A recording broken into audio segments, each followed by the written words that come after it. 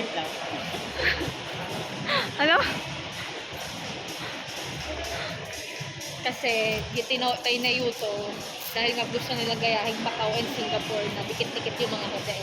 Kaya kanina may City of Dreams, Resorts World, yung pupuntahan natin. Ganun si Mama. Una nang bago ako. Kaso tama ka pero bago. Doon pa sa Manila. Kaya nga. Ah, so may bagong ano, Tingnan view. mo. Ganda nga. Oh, sabi ko nga, ayaw mo pumunta. Alis kayo, uwi na sila. Ah, uwi na tayo. Kadarating lang natin eh. O pumunta ko na sa Resorts World, wala nang ura.